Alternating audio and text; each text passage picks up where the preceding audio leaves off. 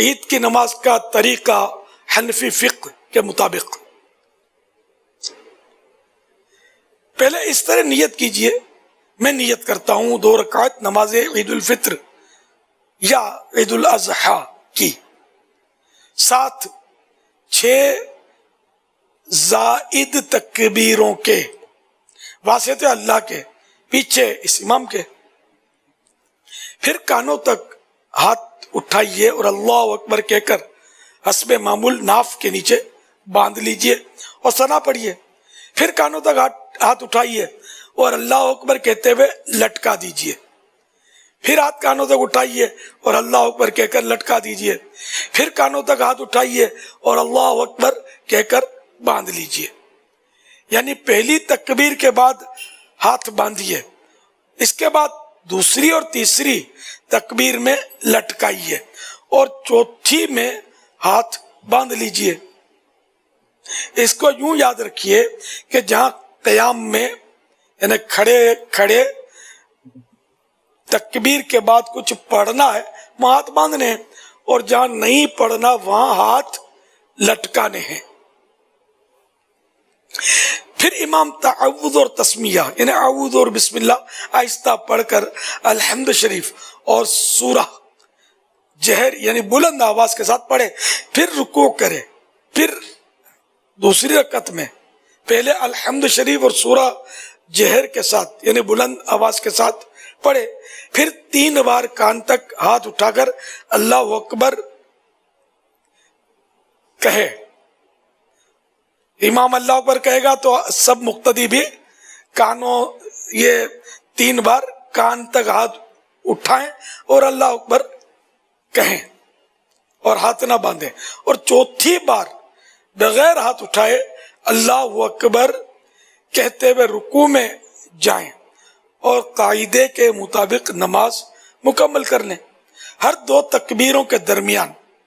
3 بار سبحان اللہ کہنے کی مقدار چپ کھڑا رہنا ہے۔ حضرت سیدنا برائدہ رضی اللہ عنہ سے مروی ہے، حضور انور صلی اللہ علیہ وآلہ وسلم نے ارشاد فرمایا، اے حضور صلی اللہ تعالی علیہ وآلہ وسلم عید الفطر کے دن، جو رمضان شریف کے بعد آتی عید وہ عید الفطر کہلاتی ہے، عید الفطر کے دن کچھ کھا کر نماز کے لیے تشریف لے جاتے تھے، اور عید اضحیٰ یعنی بقرعید کے روز نہیں کھاتے تھے جب تک نماز سے فارغ نہ ہو جاتے۔ اور بخاری کی روایت حضرت سیدنا انس رضی اللہ عنہ سے ہے کہ عید الفطر کے دن تشریف نہ لے جاتے جب تک چند کھجوریں نہ کھا لیتے، اور وہ طاق ہوتی یعنی 1 3 5 7 اس طرح طاق، شاید اوڈ، ہاں یعنی اوڈ ہوتی۔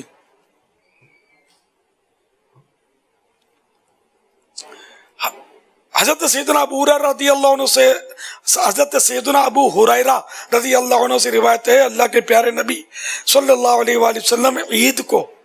یعنی نماز عید کے لیے ایک راستے سے تشریف لے جاتے اور دوسرے راستے سے واپس تشریف لاتے، راستہ بدل کر۔ پہلی رکعت میں امام کے تکبیریں کہنے کے بعد مقتدی شامل ہوا تو اسی وقت تکبیر تحریمہ کے علاوہ مزید 3 تکبیریں کہہ لے، اگرچہ امام نے قراءت شروع کر دی ہو، اور 3 ہی کہے اگرچہ امام نے 3 سے زیادہ کہی ہوں، اور اگر اس نے تکبیریں نہ کہیں کہ امام رکوع میں چلا گیا تو کھڑے کھڑے نہ کہے بلکہ ہم امام کے ساتھ رکوع میں جائے اور رکوع میں تکبیریں کہہ لے، اور اگر امام کو رکوع میں پایا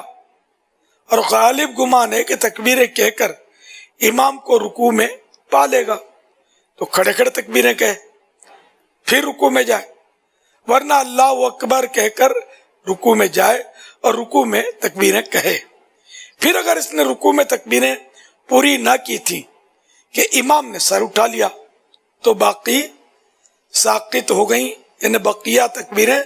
اب معاف ہو گئیں، اور اگر امام کے رکوع سے اٹھنے کے بعد شامل ہوا تو اب تکبیریں نہ کہے بلکہ امام کے سلام پھیرنے کے بعد جب اپنی بقیہ پڑھے اس وقت کہے، اور رکوع میں جہاں تکبیر کہنا بتایا گیا اس میں ہاتھ نہ اٹھائے، اور اگر دوسری رکعت میں شامل ہوا تو پہلی رکعت کی تکبیریں اب نہ کہے، بلکہ جب اپنی فوت شدہ پڑھنے کھڑا ہو اس وقت کہے۔ دوسری رکعت کی تکبیریں اگر امام کے ساتھ پا جائے فبہا، یعنی تو بہتر، ورنہ اس میں بھی وہی تفصیل ہے جو پہلی رکعت کے بارے میں مذکور ہوئی۔ اچھا، اب عید کی جماعت کسی کو نہ ملی تو کیا کرے؟ امام نے نماز پڑھ لی اور کوئی شخص باقی رہ گیا، خواہ وہ شامل ہی نہ ہوا تھا یا شامل تو ہوا مگر اس کی نماز ٹوٹ گئی، تو اگر دوسری جگہ مل جائے عید کی نماز تو پڑھ لے، ورنہ بغیر جماعت کے نہیں پڑھ سکتا۔ ہاں، بہتر یہ کہ یہ شخص 4 رکعت چاشت کی نماز پڑھے۔ اچھا، عید کے خطبے کے احکام۔ نماز کے بعد امام 2 خطبے پڑھے، اور خطبہ جمعہ میں جو چیزیں سنت ہیں اس میں بھی سنت ہیں، اور جو وہاں مکروہ یہاں بھی مکروہ۔ صرف 2 باتوں میں فرق ہے، ایک یہ کہ جمعہ کے پہلے خطبے سے پیشتر، یعنی پہلے خطبے سے پہلے خطیب کا بیٹھنا سنت تھا،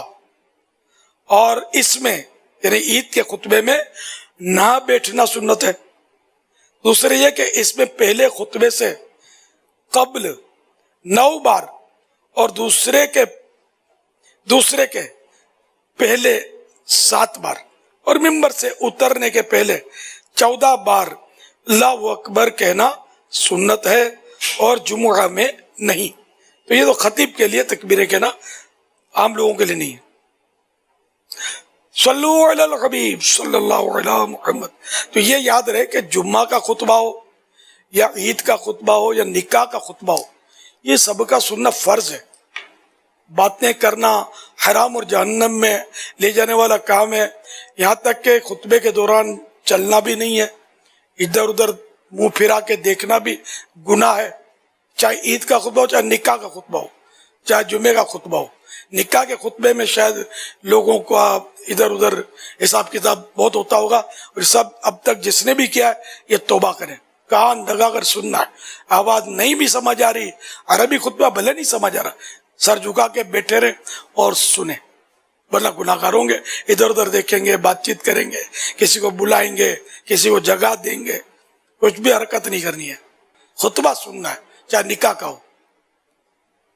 بقرعید میں بھی لوگوں کو خطبے میں جلدی ہوتی ہے، بھاگم بھاگ کر رہے ہوتے ہیں، نہیں، سننا ہے۔ یہ قربانی کرنا بھی کار ثواب ہے، تو خطبہ سننا بھی تو کار ثواب ہے، بلکہ خطبہ نہ سننا تو ابھی آپ نے سنا کہ خطبہ سننا، خطبے کے لیے رکنا سنت ہے نا، خطبہ سن کے جائے، خطبہ سنے بغیر ہی چلا گیا تو اس کی سنت چھوٹی۔ اور